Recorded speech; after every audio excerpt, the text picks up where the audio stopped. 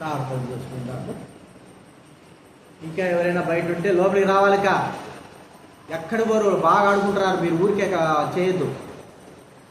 అక్కడ పిల్లలకి అప్పటి చెప్పేసి వచ్చేసేయండి.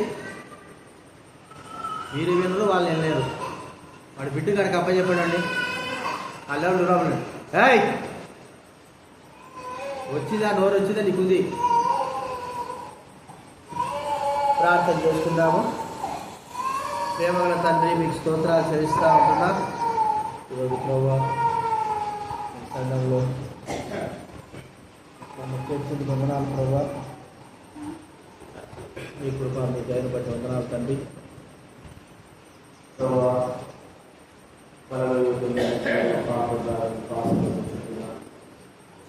మా హృదయం కఠినమై ఉన్నది. అనేకమైన సార్లు మాట్లాడుతున్నాం. మేము ఈ మాట వినమాడుతున్నాం. ఎన్నోసార్లు మీకు అవిధేయత చూపించాలి.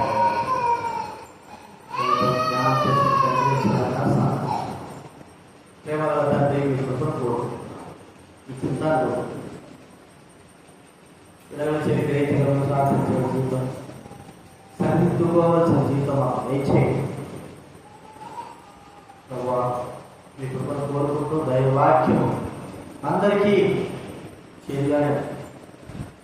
అంటే ఆ వాక్యం ఆలోచించినప్పుడు లోపల తీపిగా ప్రభా మాలో మంచికారం చేసేదిగా, మా ఆత్మ సంబంధ జీవితాన్ని మంచికారం చేసేదిగా, భౌతిక సంబంధ జీవితం మంచికారం చేసేదిగా అని ఆహ్వానించటకు లోబడటము సాధన. కృతజ్ఞతాస్తుతులు చెల్లిస్తుంది. యేసు నామమున ప్రార్థించి వేడుచున్నాము తండ్రి. దేవుని వాక్యం కొరింథీ రాసిన మొదటి పత్రిక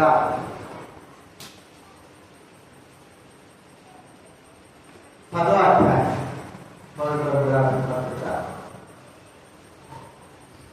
10వ అధ్యాయం 16-17 చదువుతున్నా. బయట ఎవరైనా ఉంటే దయచేసి లోపలికి రండి. కూరగాయలు కట్ చేసి ఒక్కరుంటే చాలు, ఇద్దరే. గాయత్రికి ఉండాలా, అమృతకు ఉండాలా. అందరు లోపలికి వచ్చేయండి. దేవుడి వాక్యం విందాము. మొదటి కొరింథీ రాసిన పత్రిక 10వ అధ్యాయము 16-17 వచనాలు మనం అందరం కలిసి చదువుకుందాం. మనము దీవించు ఆశీర్వచన పాత్ర కాకుండా క్రీస్తు రక్తంలో పాల్పంచుకున్నట్టే కదా. మనం విడిచిపెట్టి తిరుగుతా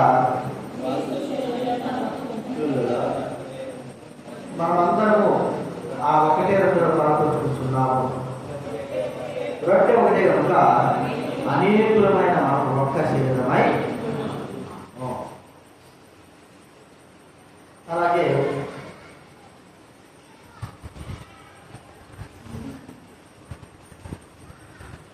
నూట 19 3వ కీర్తన గ్రంథం 119 కీర్తన 3వ వచనము అందరూ చదువుతుందా.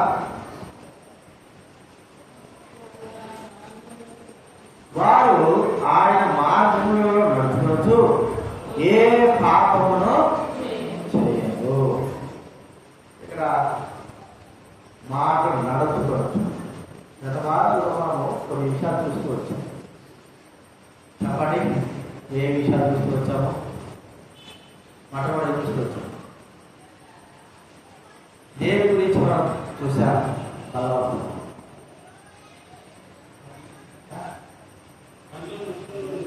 ముందు ఏం చూసాము?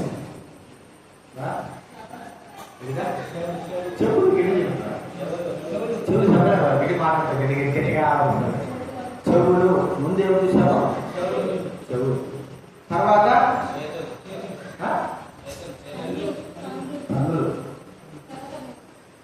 ఉప్పు లేదు, ముఖ్యాలు చూసినప్పుడు చూసాము.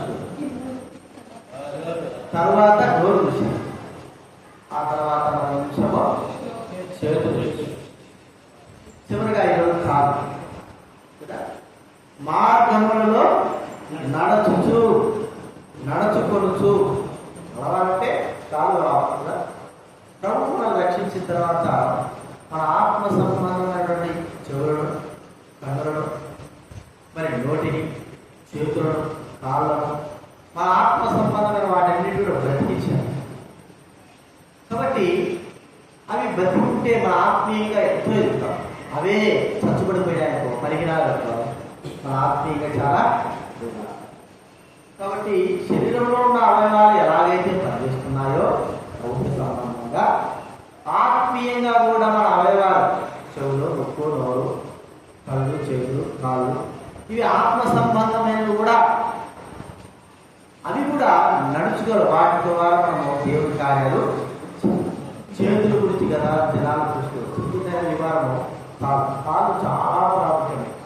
ఒక వ్యక్తి ప్రయాణం చేయాలా అంటే ఏ పని చెయ్యడానికైనా ముందు కొనసాగాలంటే ముందు వెళ్ళాలి. వెళ్ళిన తర్వాతనే అక్కడ ఏదైనా పనులు చేయడానికి ఉంటాయి. వెళ్ళకపోకుండా ఇక్కడే ఉంటే కాబట్టి కాళ్ళు చాలా ప్రాముఖ్యం. అది ఏ దానికైనా సరే. అయితే ఆ దినాల్లో పుట్టివాళ్ళు కానీ, చుట్టూరు గుడ్డోళ్ళు కానీ, కాలు చేతులు వాళ్ళు కానీ వాళ్ళు ఏం చేసేవారంటే అడుక్కోవడానికి వాళ్ళు అట్లా ఉండేవారు. గొప్ప వాళ్ళంటే డబ్బు ద్వారా చేసేవారు. కానీ అయితే ఇప్పుడున్నటువంటి గుడ్డోళ్ళు కానీ గుడ్డోళ్ళు కానీ ఎట్లున్నారు చెప్పండి, మనకంటేనూ గొప్పగా గుడ్డోళ్ళు అనుకుంటారు. కానీ మన అంత సోంబేరులు లేవు, పని చేయలేరు. కానీ వాళ్ళు పని చేస్తారు. గుడ్డోళ్ళు ట్రైన్లో చూస్తూ ఉంటారు. వాళ్ళు పర్సులు, చిన్న బ్యాగ్లు, కిచెన్ పట్టుకొని వాటిని పట్టుకొని ట్రైన్లో అనుకుంటా వస్తారు.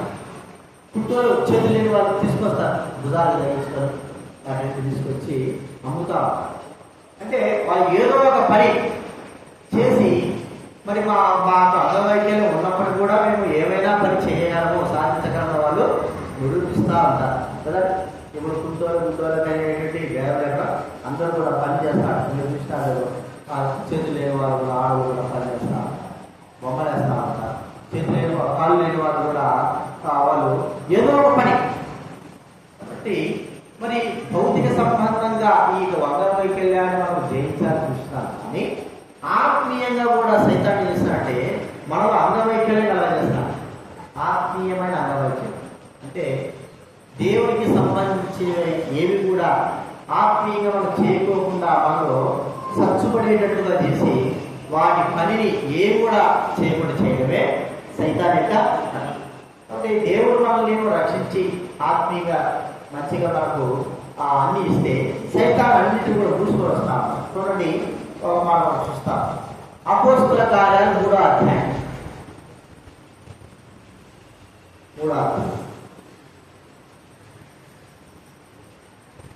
2వ వచనం మాత్రం చదువుతుందా? 2వ వచనం 8వ వచనం.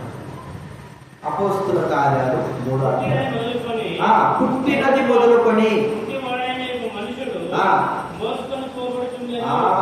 పుట్టినది మొదలుకొని పుట్టివాడైన మనుషుడు మోసుకొని పోబడుతుంది. ఎందుకు మోసుకోబడుతున్నాడు చదవండి. వాడు దేవాలయానికి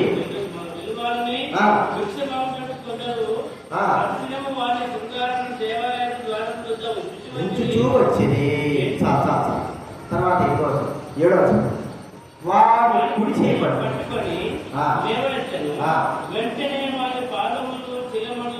బలములో దిక్కున లేచి నిలచి నడచెను, నడుచుచు దేవుడు స్తుతించుతూ వాడు నడుచుచు దేవుని స్తుతించుట ప్రజలందరూ చూచి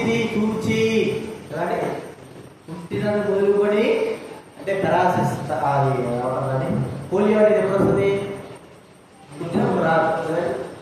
పోలియో పుట్టినప్పుడు వస్తుందా? సారీ 5 సంవత్సరాల తర్వాత ఎక్కడ వస్తుంది. అందుకే పోలియో చెప్పారు. అయితే వాడు పుట్టిన మొదలుకొని కాలు పట్టాడు, బలహీనం, నడవలేడు. పుట్టిన మొదలు అలాంటి వాడికి ఇక్కడ చూస్తా ఉంటే దేవాలయం మీద అనుకుంటా ఉన్నాడు. మరి పేదలు వచ్చాడు, అది చూశారు. వ్యవహార పేదలు వచ్చి ఏమంటున్నారు? లేచి నడువు, అది చేపట్టి లేక వాడు వెంటనే వాళ్ళ కాలం మండల చీర నరాలు బలం పొందాయి. వాడు లేచి నడిచాడు. నిర్దిస్తారు సౌండ్ దగ్గర ముందు ఫస్ట్ సౌండ్ దగ్గర 2వ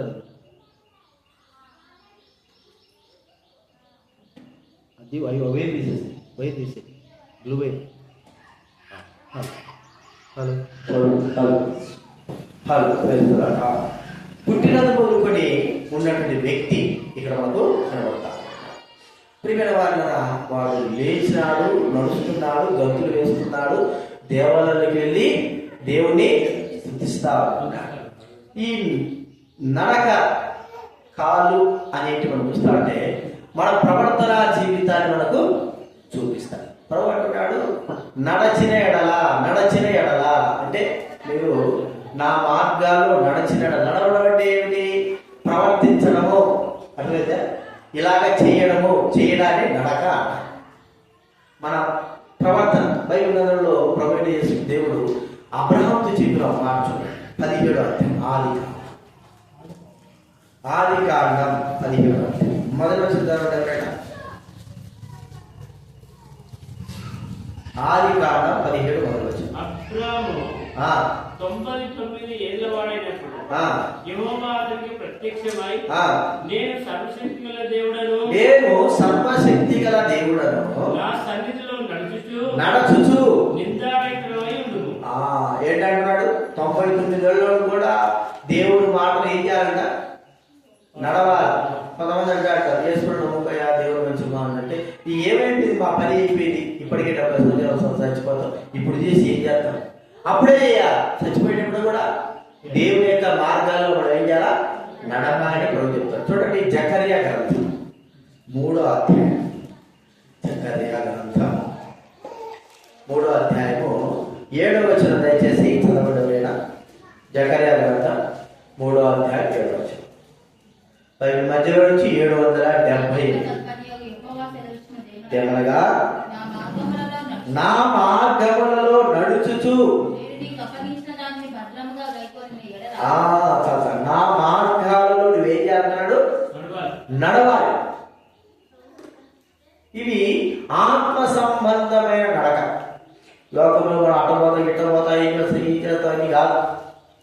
ఈ నడక ఏం చూపిస్తుందంటే మన యొక్క ప్రవర్తన జీవితాన్ని, మన యథార్థమైన జీవితాన్ని, సత్యమైన జీవితాన్ని, సత్యమైన నడిచేటువంటి జీవితాన్ని మనకు చూపిస్తాం. చూడండి, ఇంకా ఏమంటున్నాడు దేవుడు? మనం చూస్తే ద్వితీయోపదేశ కాండం 8వ అధ్యాయం. బైబిల్ ముందు భాగం వచ్చి చూడండి, 152 8వ అధ్యాయం 6వ వచనంలో 6 ఆయన మార్గములలో నడుచుకున్నట్లు ఆయనకు భయపడినట్లు నీ దేవుడైన యెహోవా ఆజ్ఞలను గైకొను. నడుచుకున్నట్లు నడుచుకుంటే ఆయన ఆజ్ఞల్లో నడుచుకోవాలా, ఆయన భయపడాలా, ఆయన మార్గాలు వినాలి. ఇంకేమన్నాడు మనం చూస్తా ఉంటే 21వ కీర్తన ద్వితీయోపదేశకాండంలో చూస్తే, నువ్వు నా మార్గాలు నడుస్తున్నావా అనేట్టుగా 22వ అధ్యాయం 9వ వచనం చదవండి. మార్గాలు నడక అనేది మనం దైవికమైన మార్గాలు నడుస్తున్నామా లేదా అనేది చూపించేటువంటి మాట. చూడండి, 22వ అధ్యాయం 9వ వచనం. ద్వితీయోపదేశ కాండం 21వ అధ్యాయం 9వ వచనం. నీవు నీ దేవుడైన యెహోవా ఆజ్ఞలను అనుసరించి ఆయన మార్గములో నడుచుకొనిన ఎడల యెహోవా నీకు ప్రమాణం చేసినట్లుగా ఆయన ప్రతిష్ఠిత జనముగా నువ్వు ఆయన మార్గాలు నువ్వు నడుచుకుంటే, నడుచుకుంటే ఇక్కడ దైవ మార్గాలలో నడుచుకున్న వారి విషయమై మనం జ్ఞాపకం చేసుకోవాలి. దైవ మార్గం ఎవరు నడుచుకున్నారు? ఎవరు నడుచుకోలేదు? చూడండి, అబ్రహాము చూస్తా ఉంటే అబ్రహాము 99 ఏళ్ల వాడైనా, 100 సంవత్సరాలైనా, 175 సంవత్సరాలైనా కూడా దేవుడి మార్గములలో తాను ఏం చేస్తున్నాడు? నడుస్తూ ఉంటున్నాడు. దేవుడి మాటలు, దేవుడి ఆజ్ఞలు అంటే ఆయన దేవుని యొక్క మాటను తూచా తప్పకుండా పాటించిన వాడు, ప్రియమైన వాడు, అదే నడవడము అంటారు. ఈ దినాల్లో మనము దేవుడి మాటలను పడచొలి పెడతా ఉంటాం, దేవుడి ఆజ్ఞలు విసర్జిస్తూ ఉంటాం, దేవుడి మాటకు విలువ. ఎప్పుడైతే దేవుడి మాటను మనం అనుసరించగా ఉంటామో ఆ మార్గమే, అదే దేవుడి మార్గాలలో వెళ్ళకుండా పోవడం. మనం ఆలోచిస్తున్నాం, మార్గం ఉన్నాయనుకోండి, ఇక్కడ చెప్తామనే ఈ మార్గం పోతే ఈ మార్గం పోతా ఉంటాం. ఇప్పుడు 2 మార్గాలు ఉన్నాయి, చెప్పబడిన మాటనే నువ్వు నడిచే మార్గానికి నీకు తెలుపుతావు. నువ్వు చెప్పబడిన మాట విన్నావుకో, మంచి మార్గంలో వెళ్ళినప్పుడు నువ్వు ఈ మాట విన్నట్టు, చెడు మార్గంలో వెళ్ళినప్పుడు ఆ మాట కాదు, కానీ నీవు వంకర త్రోవ మార్గంలో వెళ్ళిన వాడుగా చూస్తావు. మనం ఇప్పుడు గమనించాల్సింది ఏంటంటే, మనము ఆయన మాటను వింటున్నామా? అబ్రహాం గుర్తిద్దాం. అబ్రహాం ఎలా ఉన్నాడు? అబ్రహాం జీవితం ఎలా ఉంది? దేవుడు తనతో మాట్లాడుతూ ఉంటే ఎలాగా దేవుడు అబ్రహాంతో నడుస్తూ ఉంటున్నాడు? బైబిల్ గ్రంథంలో ఉంది, హానోకు దేవునితో నడచొచ్చు అనే మాట చూడండి. ఆదికాండం 5వ అధ్యాయం చూడండి. 5వ అధ్యాయం 22 చూద్దామండి. ఆదికాండం 5:22. 300 ఏళ్ళు దేవుడితో ఏం చూస్తాడండి? 300 ఏళ్ళు దేవుడితో నడుస్తాడు, దేవుడితో నడుస్తుంటాడు. ప్రియమైన వారులారా, ఈ హానోకు 300 సంవత్సరాలు, మనకు 70 సంవత్సరాలకే 70 సంవత్సరాలు కాదు, 50 సంవత్సరాలకే 30 సంవత్సరాలకే ప్రభుతో నడపడం అనేది, ఆయన ఆజ్ఞలు ఆయన మాటలు వినడం అనేది చాలా కష్టతరమైనదిగా ఉంటారు. 300 సంవత్సరాలు మరి ఎంతో మంది పిల్లలు కలిగిన వ్యక్తిగా, బరువు బాధ్యతలు కలిగిన వాడుగా, మరి కుటుంబ బాధ్యతలు కలిగిన వాడుగా ఉన్నటువంటి హానోకు దేవునితో నడవడము అనేది చాలా గొప్ప సంగతి. మరి 300 సంవత్సరాలు నడిచినట్టు 50 సంవత్సరాలు మనం నడవలేమా? 30 సంవత్సరాలు మనం నడవలేమా? చెప్పండి. 300 సంవత్సరాలనే నడిచాడు. ఇప్పుడు 100 సంవత్సరాలు పోయాడు. ఎవరు 100 సంవత్సరాలు చెప్పండి? అబ్రహాం అనే అతను 100 సంవత్సరాలు పోయాడు. అతను మించినవాడు ఉన్నాడు. ఎవరు? 100 సంవత్సరాల వ్యక్తి ప్రభుతో నడుస్తూ ఉంటున్నాడు, ఆయన మార్గాల్లో ఉంటున్నాడు. తన యొక్క ఆత్మ సంబంధమైనటువంటి కాళ్ళు, ఆత్మ సంబంధ నడక తనకు ఉన్నది. అంతరికి మించిన వ్యక్తి కూడా ఉంటున్నాడు. ఎవరంటే హానోకు. 300 సంవత్సరాలు తాను నడుస్తా ఉంటాడు. వెళ్ళి నడుపుతుంది 300 సంవత్సరాలు తాను నడుస్తా ఉంటాడు. ప్రియమైన వారి దినాన మనం ప్రభుత్వం నడవలేకపోవడం, ఆయన ఆజ్ఞలు మనము స్వీకరించలేకపోవడం ఎందుకు జరుగుతారు? ఏమిటి కాదు? ఎక్కడ లోపం? 100 సంవత్సరాలు నడిచినప్పుడు మనం ఎందుకు నడవలేదు? ఇప్పుడు తాగేసినాడు అనుకో, ఒక 50 కిలోల మూట మా గంగారావు ఎత్తేసాడు. అర్థమైంది? సిమెంట్ మూట గంగారావు ఎత్తేసాడు 50 కిలోలు తాగేసాడు. కడిగి తనకు ఇప్పుడు రావాలని ఆలోచన ఏమనిస్తుంది? తను ఎత్తాడని తనకు తెలుసు, రాజేశ్వర మూట ఎత్తాడని తనకు తెలుసు. కానీ ఇక్కడ జరిగింది ఏం జరిగింది? ఒక వృద్ధుడు 60 సంవత్సరాల పైన ఉన్నాడు, ఆ 50 కిలోల మూట ఎత్తినాడు. ఇప్పుడు నేను ఎత్తకపోతే ఎత్తా?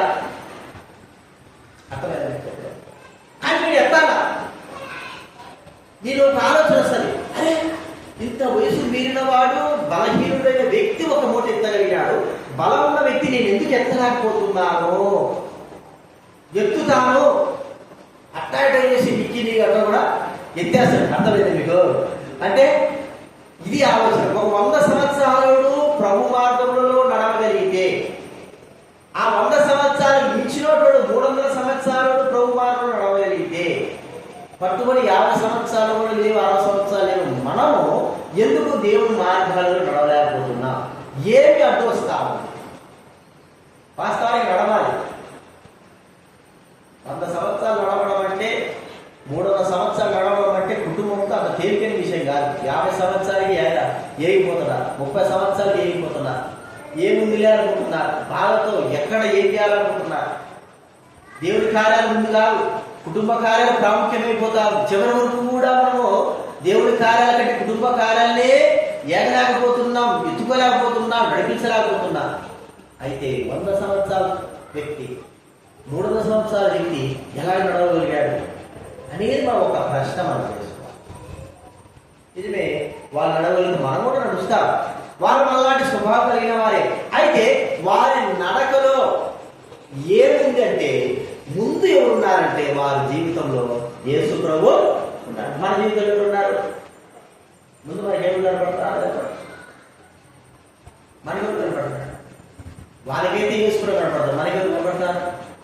వేచోకోసం కదా. నీకెవరు కనపడతారు? నీ కొడుకు కనపడతాడా? ఇల్లు కనపడతాడా? ఉద్యోగం కనపడతా ఉందా? భవిష్యత్తులో నేను ఇల్లు మరి ఈ యొక్క ఏది చదువు ఒక ఉద్యోగం సంపాదించాలని కనబడతా ఉందా? లేకపోతే పిల్లల్ని పెంచి పెద్ద ఎట్లాగా చేయాలని కనబడతా ఉందా? ఏం కనబడతా? ఒక విశ్వాసంగా మనకు ఆత్మీయంగా మనం నడవలేకపోతున్నాము, ఆయన మార్గాల్లో నడవలేకపోతున్నాము అంటే ఏదో ఒకటి ఉంది.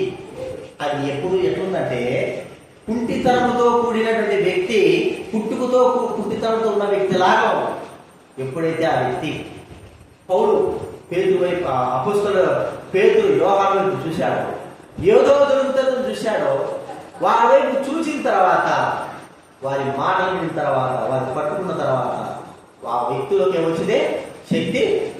అంతవరకు ఆ వ్యక్తి కుంటివాడిగానే ఉన్నాడు. ఎన్ని సంవత్సరాలు తెలియదు. ఇక్కడ వారు కదా, మన నడక, మన జీవిత ప్రారంభం, మన మార్గం నడవాలి అంటే మనం యేసు వైపు చూడకపోతే, దేవుని వైపు చూడకపోతే మనం నడవలేని వస్తా ఉంటా పోతాం. పేరుకు విశ్వాసం, దేవుని మరి దైవ గ్రంథ ప్రకారం నడుచుకోలేని వారంగా ఉంటారు, నడవలేని వారంగా, ప్రవర్తించలేని వారంగా ఉంటారు. ఎన్ని సంవత్సరాలు అంటే ఎన్ని సంవత్సరాలే ఉంటా. బైబిల్లో ఒకసారి యూట్యూబ్లో చూస్తున్న కథ అంటాడు, ఎందుకు మరి లోక సంబంధంగా అన్నీ నేర్చుకుంటున్నాం కానీ ఆత్మ సంబంధంగా ఎందుకు నేర్చుకోలేకపోతున్నాం? తగ్గింపు ఎందుకు నేర్చుకోలేకపోతున్నాము? నిరంతరం ఎందుకు నేర్చుకోలేకపోతున్నాము? ప్రేమించడం ఎందుకు నేర్చుకోలేకపోతున్నాము? యథార్థత ఎందుకు నేర్చుకోలేకపోతున్నాము? మిగతావి ఎందుకు నేర్చుకోలేకపోతున్నాం? లోకంలో ఉన్నవన్నీ కూడా మనకు తెలియకపోయిన వాటి నేర్చుకుంటా ఉన్నాం. అవి నేర్చుకోవాలి, ఇవి నేర్చుకోవాలి, ఇది అంటున్నాం, చేస్తున్నాం. కానీ దేవుని బిడ్డలుగా మనం ఎందుకు ఈ నేర్చుకోలేము? ఏది లోపం వచ్చింది? ఒకే ఒక లోపము. మనం ఎవరు చూడాలని చెప్పండి, మన ఎదుట ఎవడాడు? దేవుడే. మన కళ్ళు ఎదుట, మన జీవితం ఎదుట, మన మార్గం ఎదుట, మనం నడిచే ఆ గురి ఎదుట ఎవరు లేరంటే దేవుడు లేడు. దేవుడు లేని స్థానంలో ఏమున్నాయి కాబట్టి ఏమన్నా దేవుడు స్థానం. మీ స్థానంలో ఏమున్నాయి? చదువు, ఎట్ట ఉద్యోగం కావాల్సిన ఈ స్థానం ఉన్నాయి. ఎట్ట కొడుకులు ఎట్ట చేయాలి ఈ స్థానంలో ఆలోచన. ఇది ఎక్కువగా ఆలోచించేసి మనము దేవుడి మార్గాల విషయం ఏమైపోతున్నామో నడవలేకపోతున్నాం. మరి వీళ్ళు ప్రభు పైన ఉన్నటువంటి దృష్టి వాళ్ళకు తొలగించలేదు. ప్రభు పైన వారి దృష్టి, వారి మార్గాలు ప్రభు పైన ఉన్న మార్గాలు ఎంత మాత్రమో తొలగించలేదు. కష్టాలు వస్తూనే మనలాగే, బాధలు వస్తున్నాయి మనలాగే, పిల్లలు మనలాగే ఉన్నారు, ప్రయోజకులు అవుతుంటున్నారు, అన్ని విషయాలను చూడాలి, బాధ్యత ఉన్నది, అన్నీ ఉన్నాయి. కానీ వారి దృష్టితో మాత్రం దేవుడి పైన విధానాలు ఎదగలేకపోవడానికి, నడవలేకపోవడానికి, ఆచరించలేకపోవడానికి కారణము దేవుడి మీద మన దృష్టి గుర్తించుకోవాలి. వాళ్ళని ఎన్ని రోజులు వింటున్నాం, ఏమైనా ఒక్కటి మనం సంపాదించుకోగలుగుతూ వచ్చాము. ఇతరుల పైన పడి ఎందుకు ఏడుస్తాం? ఇతరుల పైన పడి వాళ్ళకున్నారు, ఏంటున్నారు, వాళ్ళ బాగాలేదు, ఈ బాగాలేదు, ఎందుకు ఏడుస్తారు? మన ఏడుకోవడం ఏడుస్తుంది సరిపోలే. అర్థమైందా? ఆటోలలో డాక్టర్ దగ్గర రాస్తాడు, నన్ను చూసి నువ్వు ఏడవాకో అంటాడు. వీడు యాసడు కానీ మాట్లాడతారు. మనమైతే నిజంగానే అడుగుతాడు, ఇతరులు చూసి కూడా బాగుపడదు అని. ఆత్మీయంగా బాగుపడే వాడిని, భౌతిక సంబంధంగా బాగుపడే వారి పైన మనం అసలు పడతాము. ఆత్మీయంగా వాళ్ళు ఎదుగుతా ఉన్నప్పుడు, వాళ్ళు దైవికంగా దేవుడిలో దగ్గర ఉంటున్నప్పుడు వాళ్ళ చూసి కూడా ఏడుస్తా ఉంటాము. ఇక ఎప్పుడు మనము దేవుడి మార్గాలు నడుచుకుంటాం. గుర్తించుకుందాము, మన కాలు ఇచ్చింది ప్రభు వైపు చూస్తూ మార్గాలు, మన నడక అనేది దేవుడి మార్గాలు నడుస్తున్నాము అనేది చూపించడానికి దేవుడు మనకు ఇచ్చాడు. వాటిలో నడవగలగాలి. కొద్ది కష్టమే, నడవాలంటే కొద్ది కష్టమే. కానీ మనం చూస్తూ ఉంటే ఖచ్చితంగా ఆ మార్గంలో ఏం చేస్తాము? ప్రభు వైపు చూస్తే కష్టాలు కాదు కదా, మనం ఏం చేయము, సరాసరి ప్రభు వైపు మనము వెళ్ళిపోతాం. అన్ని దాటుకు వెళ్ళిపోతాం. కనబడాలి ముందు మనం, మనిషి కనబడకపోతే మనం ఏం చేయం. అంటే మన గురి కనబడాలి. అందుకే రన్నింగ్ రేస్ అనేది కూడా ఈ లోకంలో ఆట. అయితే అన్ని ఆటల కంటే రన్నింగ్ రేస్ ఎందుకు దేవుడు వాక్యం రాయించి పెట్టాడు? పరుగు పందాలని. క్రికెట్ రాయొచ్చు కదా, అర్థమయ్యా? ఇంకా మిగతా ఉన్నాయి కదా, ఏదో రాయొచ్చు కదా. అప్పటి కాలంలో ఆటలు కూడా రాయొచ్చు కదా. ఎందుకు రన్నింగ్ రేసే ఆట రాయొచ్చు అంటే అది మన జీవితానికి సంబంధించింది, మన జీవితం యొక్క మార్గానికి సంబంధించింది కాబట్టి రాయించాడు. పరుగు పనులు పరిగెత్తున్నారు. ఆజ్ఞ బయలుదేరాలని. మనం పరిగెత్తేటప్పుడు మన చుట్టుపక్కల ఎంతో మంది ఉంటారు. పరిగెత్తంటే మా చిన్నారా బాగుండవా, స్నేహితులా బాగుండవా అంటే వీడేమంటే పని చెప్పండి. అసలు పరుగు దృష్టి ఎట్టుంటుంది అర్థం కాదు. వాళ్ళ దృష్టి అంతా ముందే ఉంటుంది. వాడి లైన్లోనే ఉండాలి. మళ్ళా ఈ ఇష్టం వచ్చాడుగా ఇష్టం పోతారు అట్లా ఇష్టం పరిగెత్తారు అని కాదు. వాడి దృష్టి అంటే ఎట్టుండాలి చెప్పాలా? గురి ఏ గురి? బహుమతి గురి మీద గురి. రెండోదిగా వాడు నడిచేటువంటి లైన్ మీద మాత్రమే ఆ గురి ఈ గురి. మా చిన్న మా ఆయన వచ్చింది, టాటా చెప్పింది, చప్పట్లు పట్టలేదు, ఎన్ని కాదు అట్లా. కాబట్టి నడక అనేది మనం ఏం చూస్తుంటే మన పరుగు పంటను మన జీవిత యాత్రలో ముందుకు కొనసాగలేకపోతున్నాము, దైవికమైన ఆజ్ఞలు నడవరించలేకపోతున్నాము. అర్థం ఏంటంటే చుట్టుపక్కల ఉన్న వారిని మనం చూసి వారి మీద ఎక్కువగా మన దృష్టి ధ్యాస ఉంచడం ద్వారా అనేది. మరి వాడు చూడకూడదా అంటే చూడకూడదని దేవుడు చెప్పలే. 30% చూసినా 70% ఎట్టుండాలి చెప్పండి. రైట్ 10% ఎట్టుండాలి? 90% 30% 90% ఎప్పుడుంది అర్థమైందండి. ఇప్పుడు 90%. కానీ ఇప్పుడు చూసినాకో ఇప్పుడు చూస్తుంటే అంత కనబడతాడు. చూడాలంటే ఎంత కష్టపడతాడు. ఇక్కడ చూడాలంటే అర్థమైందండి. ఇప్పుడు శైలి ఎంత చూడాలి. కాబట్టి మన దృష్టి అనేది ముందుకు వస్తాం. ఇది అబ్రహాము చూస్తూ వచ్చాం, ఆనందం చూస్తాం. ఇంకో వ్యక్తి కూడా మనకు తెలుసు. చూడండి రాజుల గ్రంథం, మొదటి రాజుల గ్రంథం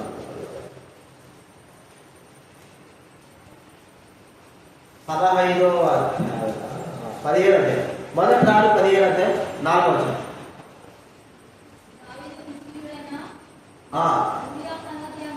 తప్ప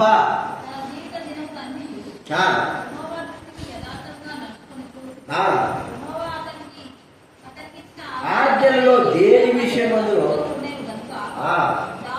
చాలా ఊరియా భార్య తప్ప అంటే ఆ ఒక్కటి కూడా తప్పు చేయకుండా ఈ మాట దేవుడు వాడేవాడు. కానీ తప్పు చేశాడు. అది తప్పు చేశాడు కదా అని అదే తప్పులో తన కంటిన్యూ కాలా. అర్థమైందండి. ఇప్పుడు రాంగ్ డైరెక్షన్ పరిగెత్తినా మనకు తెలిసిపోయింది. రాంగ్ డైరెక్షన్ వెళ్ళామా ఆయన అని అంటే పోతావా?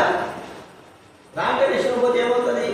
ఇప్పుడు హైవేలో కూర్చున్నా మనం బాగుంటుంది, మనం దిగాల్సిన మార్గాలు ఉన్నాయి, అవి దాన్ని నిలిపినా మనకు తెలిసిపోయింది. కానీ మనకు దాటి వచ్చేస్తాం, 1 కిలోమీటర్ వచ్చేస్తాం, ఇంకా పోతావా? ఇంకా ఉండాలి పోతావా? తెలిసిన తర్వాత ఏం చేస్తాం చెప్పండి? యూటర్న్ చేసుకొని మళ్ళా సరైన మార్గంలో మనము అర్థమైందండి. కాబట్టి ఇక్కడ మనం చూస్తుంటే దావీదు మరి యథార్థముగా దేవుని పరిచర్య, దేవుని సేవించడంలో తన జీవితం ఉంది. ఇక్కడ వాళ్ళ దావీదు ఈ మాట తర్వాత ఎన్నిసార్లు దావీదు గురించి రాకపోతే దావీదు నడిచినట్లుగా అనే మాట ఎన్నోసార్లు రాయబడి. చాలా మంది దావీదు నడిచినట్లు నడవలేదు. తన పిల్లడైన దావీదు నడిచినట్లుగా అంటే ఆ మార్గము తన తర్వాత తరమైన వారికి తన జీవితం యొక్క మార్గాన్ని ముందు చూపుతూ వచ్చినటువంటి వ్యక్తిగా ఉంటున్నాడు. మనం నడిచినటువంటి ప్రవర్తన జీవితము, నడవడిక జీవితము మన తర్వాత వారు ఏం చేయాలా?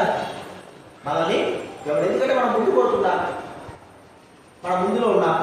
వెనకొండడానికి లేదు, ముందు పోవాలి. ఆగిపోవాలా.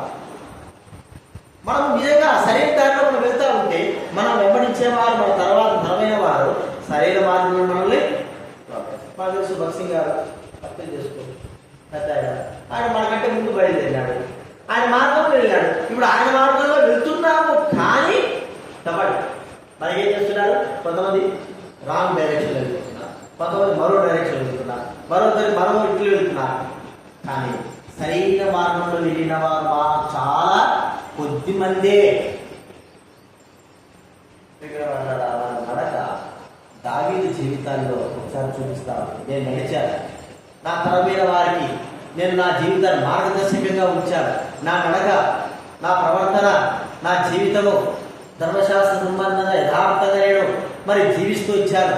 అలాంటి మార్గంలో నేను నడుస్తూ వచ్చాను. మీరు కూడా కనబట్టండి తన జీవితాన్ని మాదిరి పెట్టి పోయాడు. అయితే మనం ఎవరి మాదిరి చూసుకుంటారు?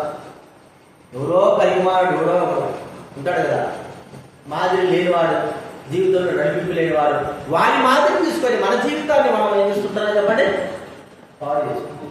అది ఎవరైనా కావాలి. ఈ దినాల్లో మన నడక ఎలా? మన సంవత్సరాలు దేవుని ఎదుట యథార్థంగా నడిచాడు. 300 సంవత్సరాల వాడు దేవుని ఎదుట నడిచాడు. 70 సంవత్సరాల వ్యక్తి కూడా దేవుని ఎదుట యథార్థంగానే నడిచాడు. అర్థమైందండి? 33 సంవత్సరాల వ్యక్తి కూడా దేవుని ఎదుట నడిచాడు. ఎవరు 33 సంవత్సరాలు? యేసు క్రీస్తు. 300 సంవత్సరాల వ్యక్తి నడిచాడు, 100 సంవత్సరాల వ్యక్తి నడిచాడు, 70 సంవత్సరాల వ్యక్తి నడిచాడు, 30 సంవత్సరాల వ్యక్తి కూడా దేవుని ఎదుట యథార్థంగానే ప్రభువైన యేసుక్రీస్తు వారి మార్గం. చూడండి మాట మనకు మాదిరి నుంచి మొదటి పేతురు 2వ అధ్యాయం 20 చదవండి.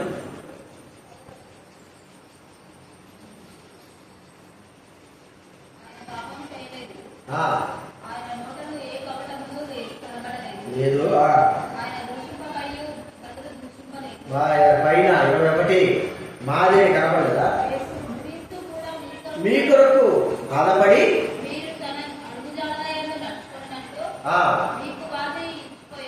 మీకు మాదిరి ఉంచిపోయాను. ఏ వయసులో మాదిరి ఉంచిపోయాడు? 33 సంవత్సరం వ్యక్తి యొక్క మాదిరి మనకు చూడగలమా? ఎంతమంది మాదిరి కలిగిన వారు ఉన్నారు? ఒక్కోసారి మనం అనిపిస్తూ ఉంటుంది, ఇలాగ కాకుండా ఎవరో మాదిరి ఉండాల్సిన అవసరం ఉంది. చెప్పండి, ఎవరో మాదిరి ఉంటే మనం నడవాలా? ప్రభువు తెలుసుకున్న తర్వాత చెప్పండి. కొంతమంది అంటే నువ్వు చెప్తే నేను ఎంటారా? అంతేనా? నువ్వు చెప్తే నేను రావాలా? నేను చెప్పేది అన్నప్పుడు మనం కూడా ఒక వ్యక్తులకి, ఇతరులకు ఏం కావాలి? మాదిరికరమైన వారంగా నడుచుకోవాలి. వయసు ఏదైనా సరే, ఎంత వయసు ఉన్నది ముఖ్యం కాదు. మనం ఇతరులకు మాదిరికరంగా ఉండేటట్టుగా మనం జీవిస్తూ మనం చూసి నేర్చుకోవాలన్నట్లుగా ప్రవర్తించాలి.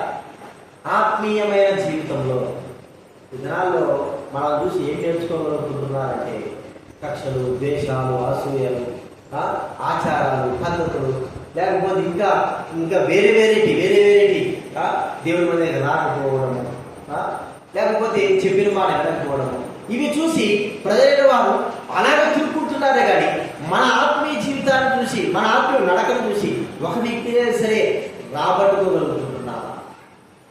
చెప్పగలరా? ఇదో ఈ వ్యక్తి అన్నిటిలో మాదిరి ఉండలేకపోయినా కానీ మనలో ఒక్కటైనా చూసి మాదిరి ఆ వ్యక్తి నడవగలుగుతున్నాడా? అన్నిటిలో మాదిరి చూపించాలంటే మన వల్ల కాదు, అది సాధ్యపడతారు. కానీ ఒక్క దాంట్లోనే సరే ఈ వ్యక్తి ఈ విషయంలో చాలా కట్టు ఉంటాడు, అలా నేను నేర్చుకుంటున్నా, అర్థమైంది? దాంట్లో నేను నడవాలని కోరుకుంటున్నాను. ఇది సత్యమైన మార్గంలో ఆ వ్యక్తి నడుస్తున్నాడు కాబట్టి అలాంటి ఉండాలని కోరుకుంటున్నాను, నేను నడుస్తాను అని మన గురించి ఎవరైనా చెప్పగలరా? చెప్పలేదంటే అర్థం ఏంటంటే మనము ఆ మార్గములలో నడిపించి చూపించలేక పోతున్నాము. చూపించలేకపోతున్నాము. ఒకరికొకరు మనం ఒకరికొకరు అర్థం చేసుకోగలిగితే, మన జీవితాలే ఒక మాదిరికరంగా ఉండగలిగితే ఈ పాటికి మందిరం నిండిపోయి కిక్కిరిసిపోయి ఒకరొకరు ఒక వ్యక్తి అని కాదు, వ్యవసేవకుడని కాదు, పెద్దలేనే కాదు, ప్రచారకుడని కాదు, విశ్వాసుడే కాదు, అందరూ అందరూ కూడా ఒక్కొక్కరిని మనము ఇతరులకు మాదిరికరమైన జీవితాన్ని చూపించగలిగితే మనం చూసి అనేకమైన మనం చెప్పకోకుండా ఏం చేస్తారు చెప్పండి, మన వెంట ప్రేమను చూపిస్తే మన వెంట వస్తారు, సత్యాన్ని చూపిస్తే మనం ఎట్లా వస్తారు? యథార్థంగా నడుచుకుంటే మనం ఎట్లా వస్తారు? దయగలిగిన వారంగా ఉంటే మనం ఎట్లా వస్తారు? అర్థమైందండి. ఇందులో ఒక్కొక్క ఉన్నట్టు మనకేదో అన్నం ఎక్కువైపోయింది, బయట మారేయకుండా కుక్కరు పిలిచి కుక్కరు పెట్టాం. అర్థమైంది. రెండో రోజు కూడా పెట్టాం.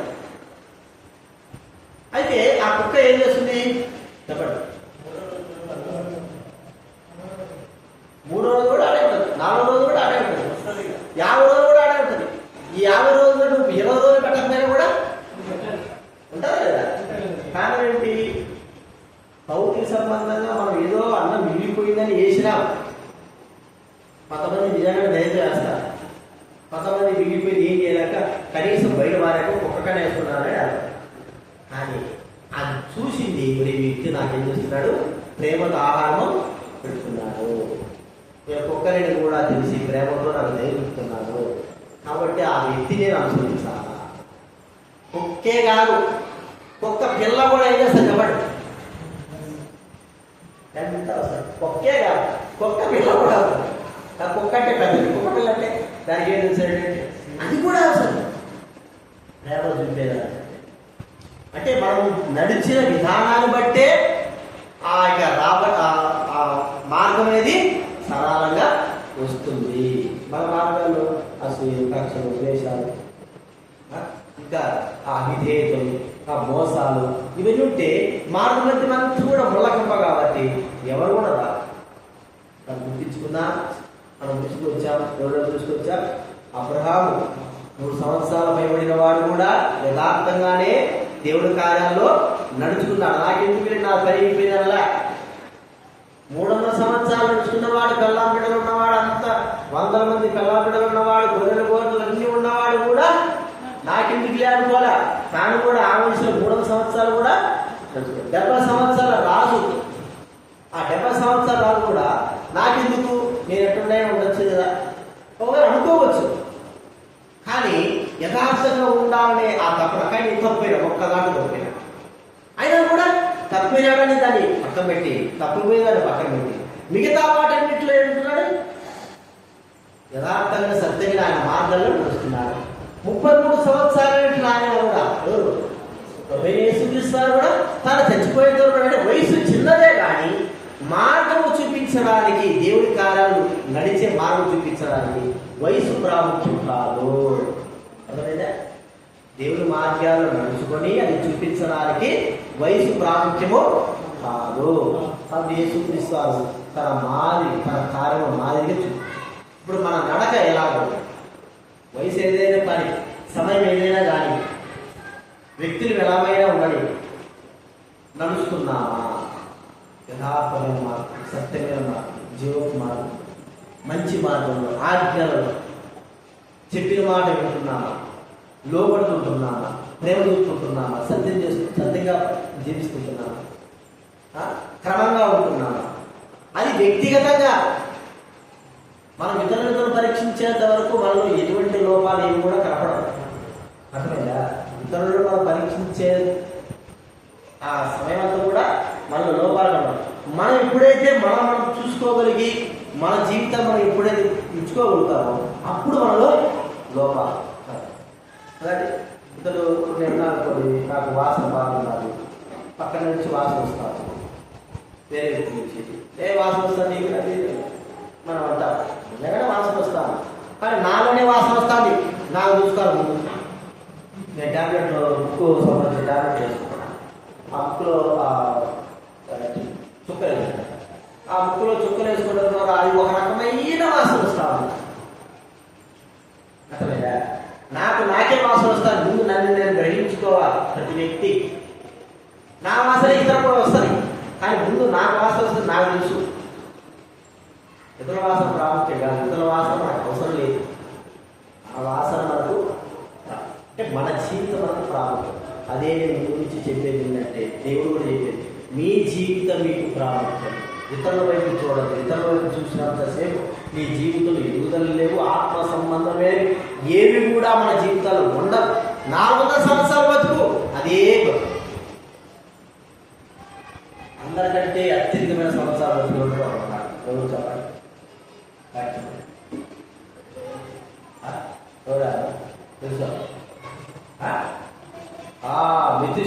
969 సంవత్సరాలు, దరిదాపు 30 సంవత్సరాలు బతుకుంటే 1000 సంవత్సరాలు. కేవలం మెతూషెల 969 సంవత్సరాలు బతికాడని రాయబడింది అంతే. కానీ హానోకు గురించి ఏం రాయబడింది? 300 సంవత్సరాలు బతికాడు గురించి. కాబట్టి ఇతడు దేవుడితో నడుచుచు దేవుడి చేత కొనిపోబడెను, దేవుడికి ఇష్టడై ఉండెను. ఎన్ని మాటలు రాయగా 900 సంవత్సరాలు బతికేవాడు ఏ మాట కూడా తన గురించి చెప్పలేదు దేవుడు. 300 సంవత్సరాలు బతికేవాడు గురించి మరి అలా నడిచాడా నడలేదని ప్రాముఖ్యం కాదు, చెప్పింది ప్రాముఖ్యం. నడుచుంటే చెప్పిండేమో అర్థమైందా? నడలేదని చెప్పలేదు. ఇప్పుడు నడిచాడు కాబట్టి ఈ హానోకు గురించి దేవుడు, అబ్రహాం గురించి దేవుడు, దావీదు గురించి దేవుడు, ఇంకా మిగతా వారి గురించి దేవుడు చెప్పగలుగుతున్నాడు. నడలా ఉన్నట్టు ఎందుకు చెప్తాడు? మనం కూడా అంతే. మనం నడవాలి, ఆయన మాట్లాడు, ఆయన ఆజ్ఞలు, ఆయన మనకు అన్నీ కూడా తెలియదు, అన్నీ కూడా అసలుకే తెలియదు నాకు నీకు ఎవరు కూడా. కానీ ఒక్కోటి మనం ఏం చేయాలి?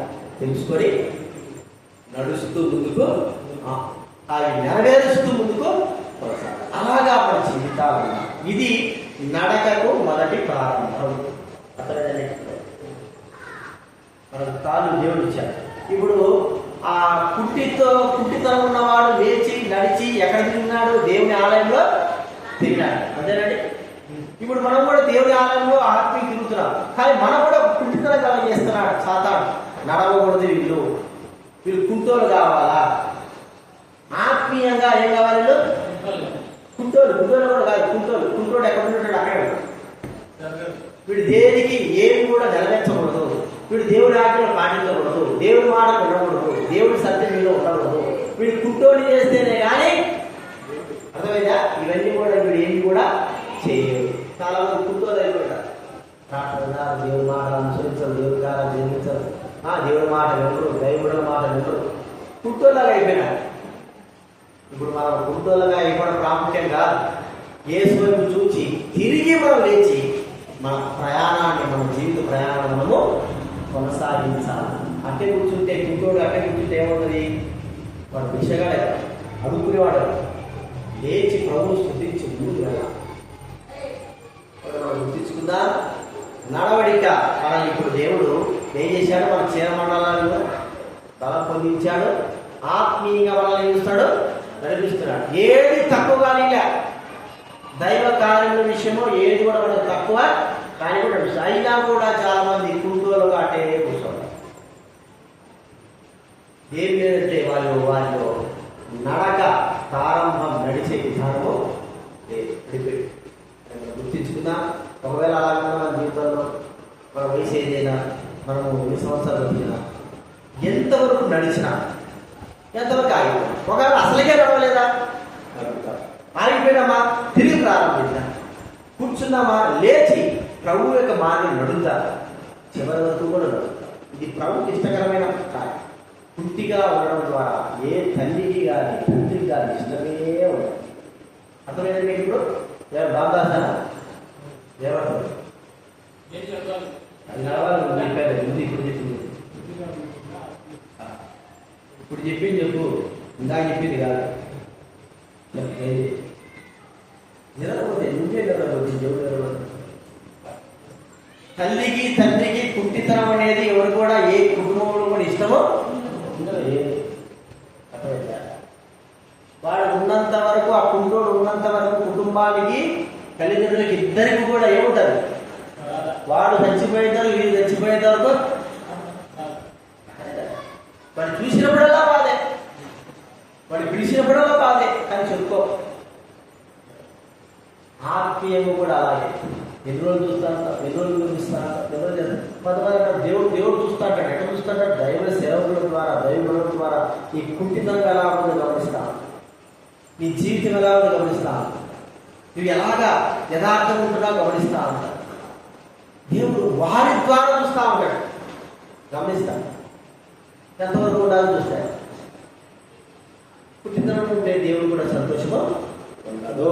కాబట్టి అబ్రహాము గుర్తించుకున్నా, ఆనోకు గుర్తించుకున్నా, దావీదును గుర్తించుకున్నా, మన ప్రభువైన యేసుక్రీస్తు కూడా వారందరూ కూడా దేవుడి యొక్క మార్గాలలో వారు నడిచినారు, నిందారహితులుగా నడిచినారు. నా సన్నిధిలో నిందారహితులు నడుము అని చెప్పబడిన మాట వారు నెరవేర్చారు. అలాగ ఉంటూ ప్రభు సేవలో ముందుకు కొనసాగారు. లేకపోతే వారు పరీక్షించుకుని దేవుడి సన్నిధిలో యోగ్యంగా చేయాలి. ప్రార్థన చేసుకుంటా